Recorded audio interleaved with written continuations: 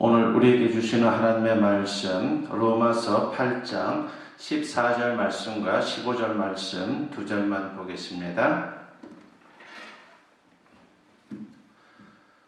찾으신 줄 알고 제가 공독해 올립니다. 무릇 하나님의 영으로 인도함을 받는 사람은 곧 하나님의 아들이라. 너희는 다시 무서워하는 종의 영을 받지 아니하고 양자의 영을 받았으므로 우리가 아빠 아버지라고 부르짖느니라. 아멘. 오늘 이 본문 말씀을 가지고 하나님, 아빠, 아버지라고 하는 제목으로 여러분과 같이 은혜를 나누고자 합니다. 하나님은 우주 만물을 창조하신 전능자이십니다. 그런데 그분이 우리에게 아버지가 되어주신다라고 말씀을 합니다. 그래서 우리는 그분을 이렇게 부릅니다. 전능하신 하나님 아버지라고 말입니다. 인간 아버지는 아무리 사랑이 많고 유능하더라도 하나님 아버지와 비교할 수 없습니다. 인간 아버지는 한계가 분명합니다. 사랑도 제한적이고 능력도 제한적입니다. 그러나 하나님 아버지는 전능하시고 사랑이 무한하십니다. 한마디로 그분은 최고의 아버지이시다라고 말할 수가 있습니다. 여기서 중요한 것은 내가 믿는 것입니다. 만일 믿음이 없다면 전능하신 하나님은 나의 아버지가 될 수 없습니다. 성경은 우리가 하나님의 자녀가 되는 길을 가르쳐 줍니다. 육신적으로는 아버지가 낳아주시면 나는 그의 아들, 그는 나의 아버지가 됩니다.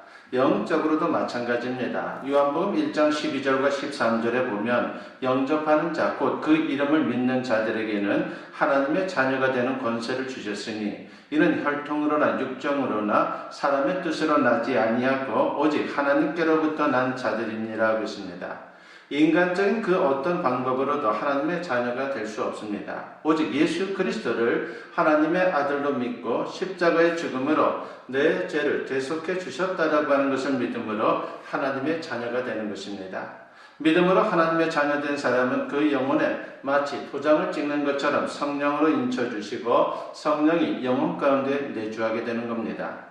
고린도후서 1장 22절에 보면 그가 또한 우리에게 인치시고 보증으로 우리 마음에 성령을 주셨느니라 하겠습니다. 예수 그리스도가 이 세상에 인간의 모습으로 오셨지만 하나님의 아들이심을 여러분이 믿는지 모르겠습니다. 그분이 십자가에서 피 흘려 죽으신 것이 우리의 죄를 대신한 것임을 여러분이 믿는지 모르겠습니다. 만약 이 질문에 여러분이 아멘으로 대답할 수 있다면 여러분은 이미 하나님의 자녀가 된 것입니다. 결코 의심하지 마십시오. 간혹 신앙생활 하다가 하나님의 자녀됨을 의심하는 경우가 생깁니다. 우리가 잘나서 조건이 좋아서 하나님의 자녀가 된 게 아닙니다. 부족하고 허물이 많지만 하나님이 영적으로 낳아주셔서 믿는 것이고 믿으니까 그 믿음 한 가지만 보시고 우리를 하나님의 자녀 삼으신 것입니다. 그러므로 하나님과 그 아들 예수 그리스도를 믿는 믿음만 있다면 하나님의 자녀가 되었다라고 하는 것을 여러분 확신하시기 바랍니다. 그러면 하나님의 자녀된 우리는 어떤 권세를 갖게 됩니까? 한마디로 하나님의 무한하신 사랑을 누리게 되는 것입니다. 이것은 하나님의 자녀에게 주시는 놀라운 축복입니다. 그 사랑의 증표가 바로 예수 그리스도입니다. 로마서 8장 32절에 보면 자기 아들을 아끼지 아니하시고 우리 모든 사람을 위하여 내주신 이가 어찌 그 아들과 함께 모든 것을 우리에게 주시지 아니하겠느냐라고 있습니다. 하나님은 독생자 예수 그리스도를 십자가에 내어주실 정도로 우리를 사랑하십니다. 그렇다면 하나님은 그 사랑으로 자녀들에게 무엇을 주십니까?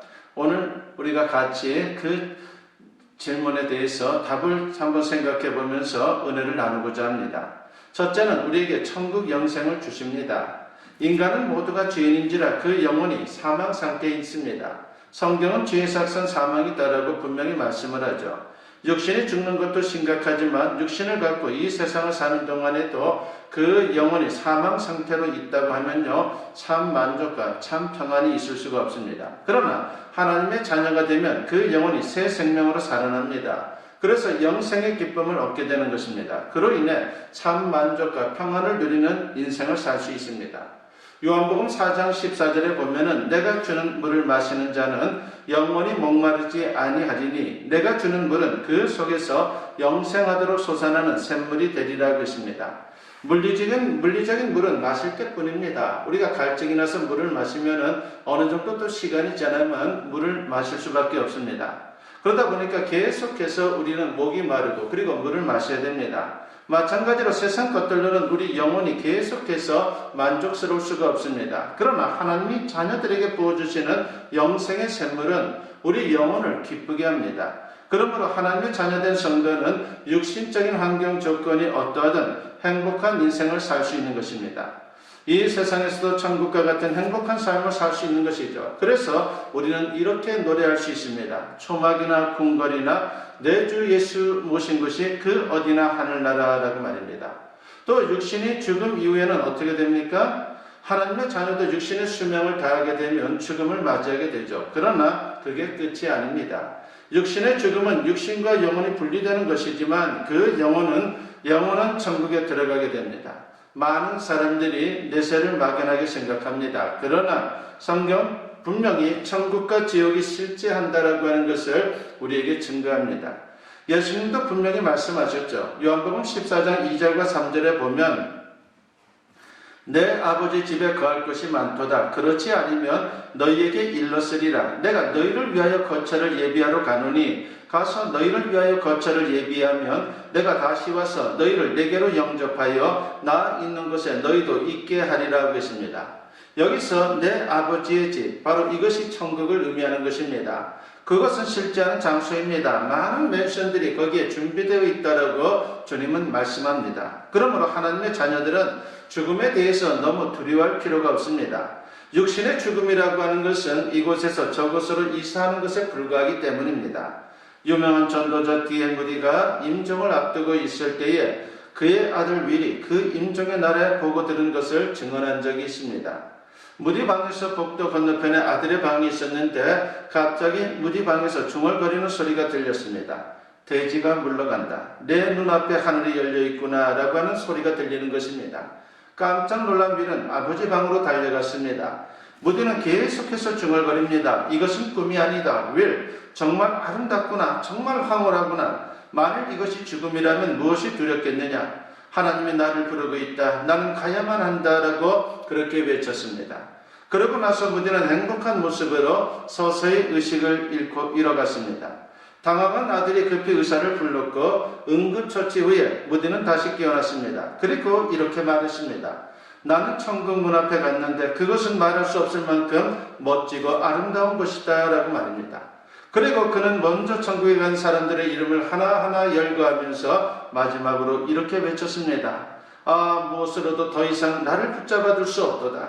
나를 태워갈 마차가 방 안에 와 있구나 라고 그렇게 외쳤습니다. 그리고 아주 평온한 모습으로 숨을 거두었습니다. 이것이 하나님께서 자녀들에게 주시는 천국의 선물인 것입니다. 아무쪼록 하나님의 자녀로서 천국을 소망하고 그 천국을 경험할 수 있는 우리 모두가 되었으면 합니다. 두 번째로 우리가 생각해 보고자 하는 것은 하나님은 당신의 자녀들을 세상 살 동안 절대 보호해 주신다라고 하는 것입니다. 아무리 하나님의 자녀라도 세상에서는 온갖 어려움과 고난을 겪을 수 있습니다. 그러나 하나님께서 성령을 통해 늘 동행해 주십니다. 그리고 지켜주십니다. 노아가 방주 안에 들어간 때가 600세 되던 2월 17일이라고 성경은 증언합니다. 방주에서 나왔을 때는 그 이듬해 2월 27일입니다. 1년하고 열흘을 노아는 방주 안에서 보낸 것입니다. 그 1년 동안 방주 밖에서는 엄청난 재난이 일어나고 있었습니다. 비바람이 몰아치고 지진이 일어나고 화산이 폭발했습니다. 그런데 그런 하나님의 심판이 진행되는 동안 방주 안에 있는 노아와 그의 가족들 그리고 함께 있는 짐승들을 하나님은 기억하셨고 그리고 완벽하게 그들을 보호하셨습니다. 그렇습니다. 하나님은 우리를 지키고 보호하십니다. 수많은 위험한 형편에서도 우리를 보호하십니다. 우리가 미처 깨닫지 못하는 위기의 순간에도 하나님은 하나님의 자녀들을 세밀히 보호하고 있습니다. 그래서 이사야 선지자는 이사야 43장 1절과 2절에서 이런 하나님의 특별한 보호에 대해서 이렇게 간증을 합니다.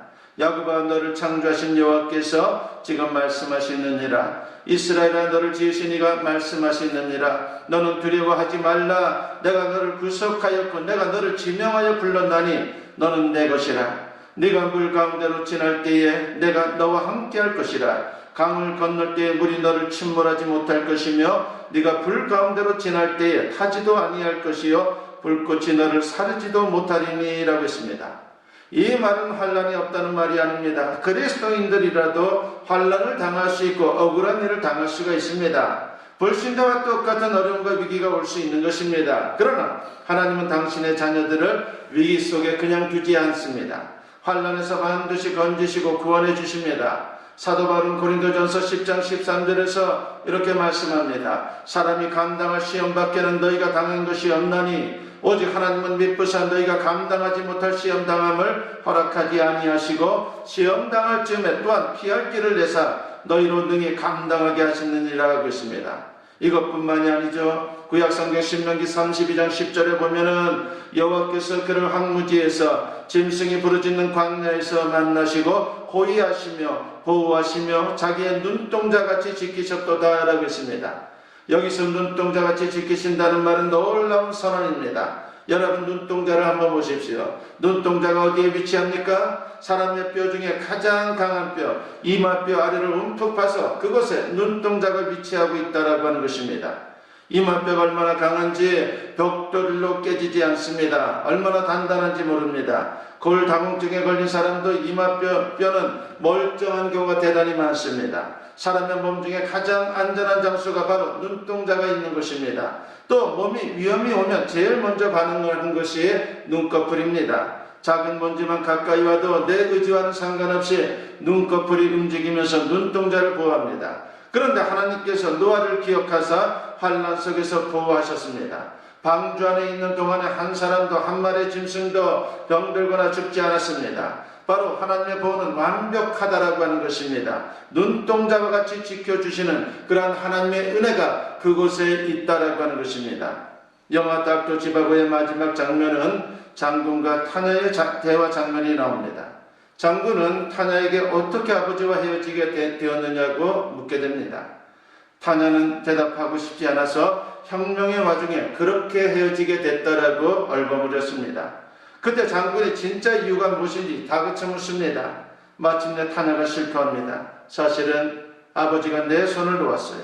그러자 장군이 타녀에게 말합니다. 내가 진실을 가르쳐주마. 코마로프는 네 친아버지가 아니야. 너의 아버지는 바로 닥터 지바고야. 만일 그가 네 친아버지였다면 아무리 거리에 불이 나고 그리고 혁명의 와중에 있다 할지라도 절대로 네 손을 놓지는 않았을 거야 라고 그렇게 말했습니다. 인간 아버지도 자녀의 손을 놓지 않지만 연약하기 때문에 보호해주지 못할 때가 얼마나 많은지 모릅니다.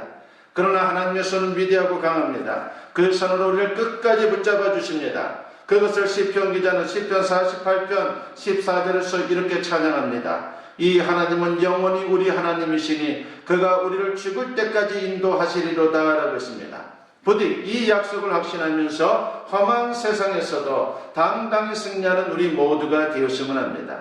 그러면 우리가 세 번째로 생각해 보아야 할 것은 하나님의 자녀로서 하나님에 대해 가져야 할 우리의 태도는 어떤 것이어야 하는지에 대해서입니다.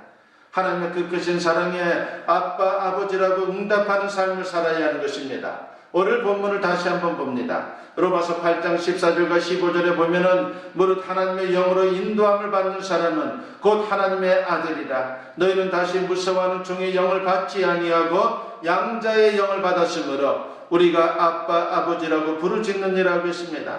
하나님은 자녀들에게 성령을 부어주셔서 동행하게 하시고 하나님을 아버지라 부르게 해주십니다. 여기서 부르짖는다라고 하는 것은 감격하거나 환호하며 외친다는 뜻입니다. 어린아이가 아버지를 보고 너무 좋아서 아빠하고 부르는 것처럼 하나님을 부르는 것입니다. 이것은 하나님과 자녀의 친밀함을 나타내는 것입니다. 어쨌든 중요한 것은 하나님을 친밀하게 느끼고 그렇게 대하라고 하는 것입니다. 나의 아버지처럼 나의 아버지가 되는 분으로 그렇게 대할 필요가 있다라고 하는 것입니다. 그럴 때에 하나님과 자녀된 우리의 사랑이 더욱 풍성해지게 될 것이고 우리의 삶도 하나님의 은혜로 충만해지게 될 것입니다.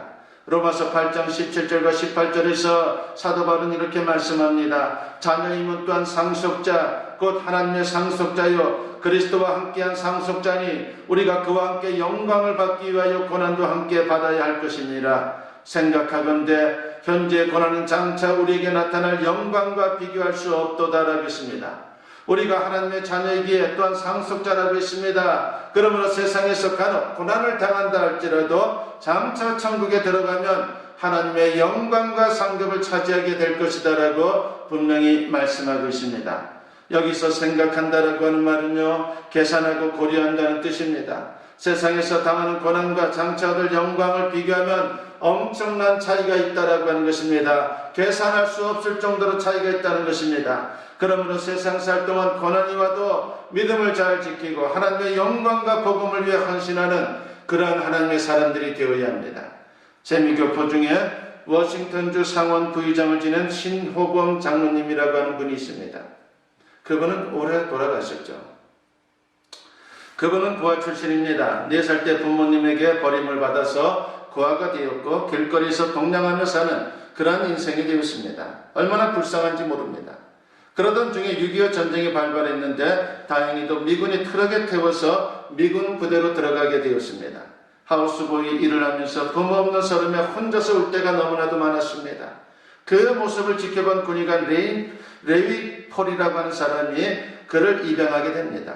그리고 본국으로 돌아갈 때 그를 데리고 갔습니다. 그때 그의 나이가 18살이었습니다. 나이가 너무 많죠.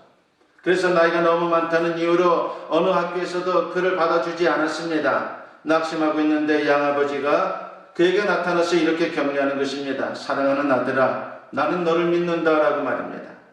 아버지의 그 사랑에 용기를 얻게 되었습니다. 그리고 1년 4개월 만에 미국 검정고시 GED를 통과하게 되었고 대학에 진학하게 됩니다.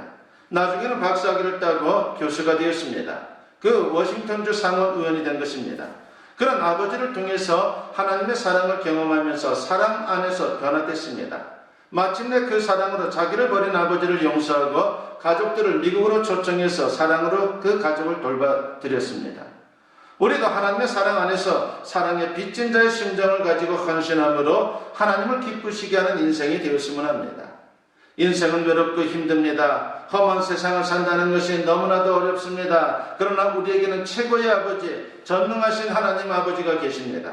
부디 그분을 아빠, 아버지라 부르며 하나님의 자녀답게 세상을 살면서 행복한 인생, 보람있는 인생이 되시기를 주님의 이름으로 간절히 축원합니다. 기도드립니다. 사랑과 은혜가 충만하신 아버지 하나님 감사합니다. 우리의 아버지가 되어주셔서 감사합니다. 전능하신 아버지 하나님, 바로 그분이 나의 아버지임을 늘 기억하며 그 아버지를 바라보고 그 아버지를 의지하며 그 아버지에게 기쁨이 되는 인생을 살아가는 우리 모두가 되게 하여 주시옵소서. 감사드리옵고 예수님의 이름으로 기도드리옵나이다. 아멘. 축복 기도드립니다. 이제는 우리 주 예수 그리스도의 은혜와 아버지 하나님의 무궁하신 사랑하심과 성령의 감화감동 역사 충만하심이 오늘 주님께 예배로 영광 돌리며 이제 선포된 말씀과 같이 하나님을 아빠 아버지라 부르며 그리고 날마다 그분이 나의 아버지임을 고백하며 승리의 인생을 살아가기를, 그리고 주님의 자녀답게 살아가기를 다짐하고 결단하며 세상을 향하는 주님의 사랑 자녀들 위해 지금으로부터 영원토록 함께 하시기를 간절히 축원하옵나이다.